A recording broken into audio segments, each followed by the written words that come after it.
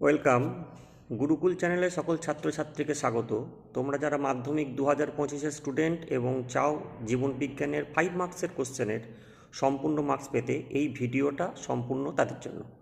এই ভিডিওতে আমি নিয়ে এসেছি কিছু বাছাই করা কোশ্চেন, যে কোশ্চেনগুলো তোমরা যদি করো তাহলে দ্বিতীয় কোনো সাজেশানের আর প্রয়োজন হবে না। তো চলো শুরু করা যাক। মাধ্যমিক পরীক্ষায় চিত্র থেকে দুটি প্রশ্ন দেওয়া থাকে এবং সেখান থেকে একটি কোশ্চেনের অ্যান্সার তোমাদের করতে হয়। আমি আমার সাজেশনে তোমাদের জন্য 3টি কোশ্চেন সিলেক্ট করেছি, যার মধ্যে 1 এবং 3 এবছরের জন্য খুব ইম্পর্টেন্ট প্রশ্ন। প্রথম প্রশ্ন হচ্ছে, মানুষের রক্ষীগোলকের লম্বচ্ছেদের চিত্র অঙ্কন করে নিম্নলিখিত অংশগুলি চিহ্নিত করো।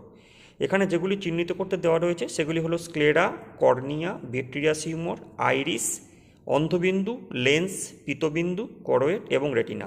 এদের মধ্যে যে কোনো 4টি অথবা 5টি তোমাদেরকে চিহ্নিত করতে হবে। দ্বিতীয় প্রশ্ন, একটি প্রাণীকোষের মাইটোসিস কোষ বিভাজনের মেটাফেজ দশার চিত্র অঙ্কন করে প্রতিটি দশার 4টি করে অংশ চিহ্নিত করো। 3 নম্বর প্রশ্ন, একটি প্রতিবর্ত চাপের পরিচ্ছিন্ন চিত্র অঙ্কন করে 4টি অংশ চিহ্নিত করো। এই অংশগুলি কী কী? একটা রেখেছি সংজ্ঞাবাহু স্নায়ু, স্নায়ু কেন্দ্র, আজ্ঞাবহ স্নায়ু এবং কারক। 4 নম্বর প্রশ্ন এবছরের জন্য যেটি ইম্পর্টেন্ট, সেটা হচ্ছে নিম্নলিখিত প্রাণীগুলির অজনজনন পদ্ধতি আলোচনা করো। এখানে আমি রেখেছি প্লাজমোডিয়াম, স্পাইরোগাইরা, ইস্ট ও প্ল্যানেরিয়া। এদের মধ্যে যে কোনো একটি সম্পর্কে তোমাদের আলোচনা করতে হবে। নেক্সট 5 নম্বর প্রশ্ন, নাইট্রোজেন চক্রে অংশগ্রহণকারী ব্যাকটেরিয়ার অ্যামিনিফিকেশন এবং ডিনাইট্রিফিকেশনের ভূমিকা কী আছে সেটি আলোচনা করতে হবে। 6 নম্বর এবছরের জন্য মোস্ট ইম্পর্টেন্ট প্রশ্ন, জীববৈচিত্র্য সংরক্ষণে JFM-এর ভূমিকা লেখো। জীববৈচিত্র্য হ্রাসের কারণ হিসাবে বিশ্ব উষ্ণায়ন এবং অতি ব্যবহারের ভূমিকা আলোচনা করো। 7 নম্বর প্রশ্ন, কোষচক্রের দশাগুলির চিত্রসহ লেখো। কোষচক্র নিয়ন্ত্রণে চেক পয়েন্টের ভূমিকা লেখো। 8 নম্বর প্রশ্ন, উদ্ভিদ সাইটোকাইনেসিস এবং প্রাণী সাইটোকাইনেসিসের মধ্যে পার্থক্য লেখো। 9 নম্বর প্রশ্ন যেটা করে রাখবে সেটা হচ্ছে, মেরুদণ্ড প্রাণীদের হৃৎপিণ্ড গঠনের আলোকে অভিব্যক্তি ব্যাখ্যা করো। 10 নম্বর প্রশ্ন, দ্বিতন্ত্রী ডিএনএর গঠন বর্ণনা করো। ক্রোমোজোম, ডিএনএ এবং জিনের আন্তঃসম্পর্ক লেখো। পরবর্তী প্রশ্ন হচ্ছে, বাস্তুতন্ত্রের ভারসাম্য রক্ষায় এবং জলবায়ু নিয়ন্ত্রণে জীববৈচিত্র্যের ভূমিকা লেখো। 12 নম্বর প্রশ্ন, স্বপরাগযোগ, ইতর পরাগযোগ কাকে বলে? এগুলির সুবিধা অসুবিধা আলোচনা করো। 13 নম্বর প্রশ্ন, মাইটোসিস ও মিওসিস কোষ বিভাজনের মধ্যে পার্থক্য লেখো। মানব ভ্রূণের বিকাশের পর্যায়ক্রমিক দশাগুলি কী কী? প্রত্যেকটি দশার একটি করে শনাক্তকারী বৈশিষ্ট্য লেখো। 14 নম্বর প্রশ্ন, জেনেটিক কাউন্সেলিং কী, এর গুরুত্ব লেখো। এই কোশ্চেনটি এবছরের জন্য খুব ইম্পর্টেন্ট প্রশ্ন। মেন্ডেলের সাফল্য লাভের 2টি কারণ লেখো। আধুনিক জীববিদ্যায় মেন্ডেলের অবদান লেখো।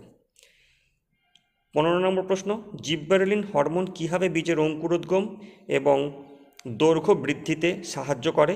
কৃষিকাজ ও উদ্ভিদ প্রাণীবিদ্যায় কৃত্রিম হরমোনের প্রভাব লেখো।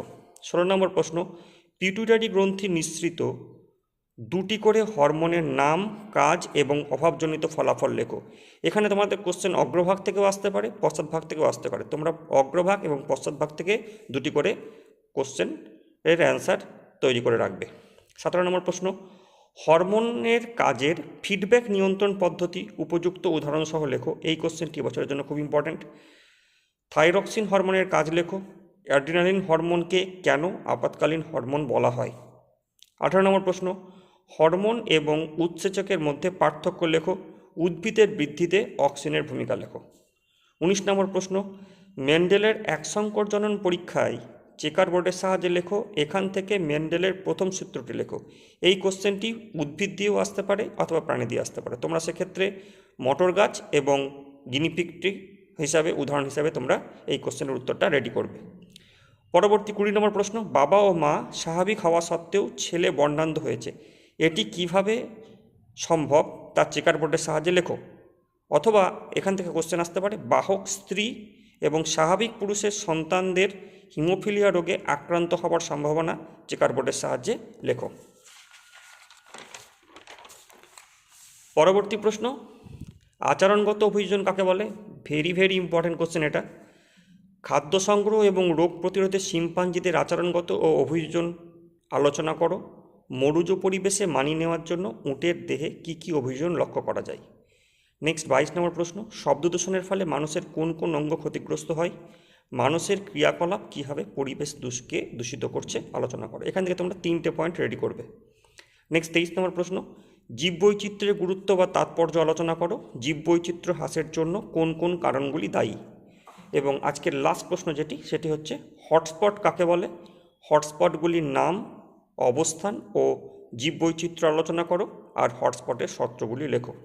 এই কোশ্চেনগুলি তোমরা ভালোভাবে প্র্যাকটিস করলে আশা করা যায় 2025-এর মাধ্যমিক পরীক্ষায় তোমরা 5 নম্বর গ্রুপের যে কোশ্চেনগুলো আসে সেগুলি সবই করতে পারবে এবং সেখানে 30 থেকে 30-এ পাওয়ার সম্ভাবনা প্রবল হবে।